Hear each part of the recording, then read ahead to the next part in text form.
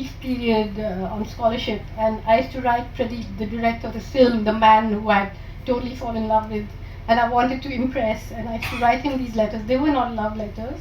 The only aim in writing those letters was to receive a response from him saying, "Have you ever considered being a writer?" And that is the response that I received. But I just write a little bit about writing itself. I did consistently badly in English, language, and literature. I never understood the rules. Mrs. Roy would slash through my little essays and compositions, mark me 3 out of 10, and write comments like horrible and nonsense. She was right, they were complete and utter rubbish. Even then I knew that the language I wrote in was not mine. By mine, I don't mean mother tongue, and by language, I don't mean English or Hindi or Malayalam. I mean a writer's language. Language that I used, not language that used me. A language in which I could describe my multilingual world to myself. I knew even then that language was outside me, not inside me. I knew it would not come to me on its own.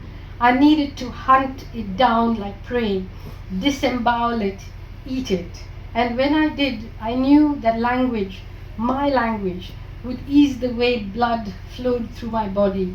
It was out there somewhere, a live language animal, a striped and spotted thing, grazing, waiting for me, the predator.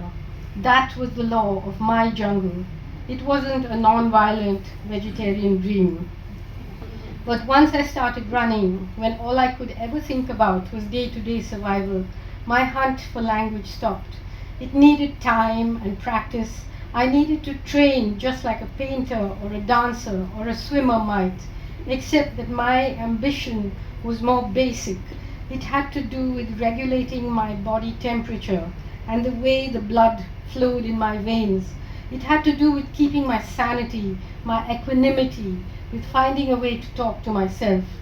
To train, I needed shelter. Not physical, but emotional. Somewhere to sit down, even for a little while. I didn't have that. I never had that. And once I started running, once I joined architecture school, I thought that a writer was the last thing I could ever be. I gave up. And then years later came that letter. Have you ever considered becoming a writer? I knew that I hadn't found the grazing language animal, but the bloodhound in me caught the faint, faraway scent of it on the breeze. And then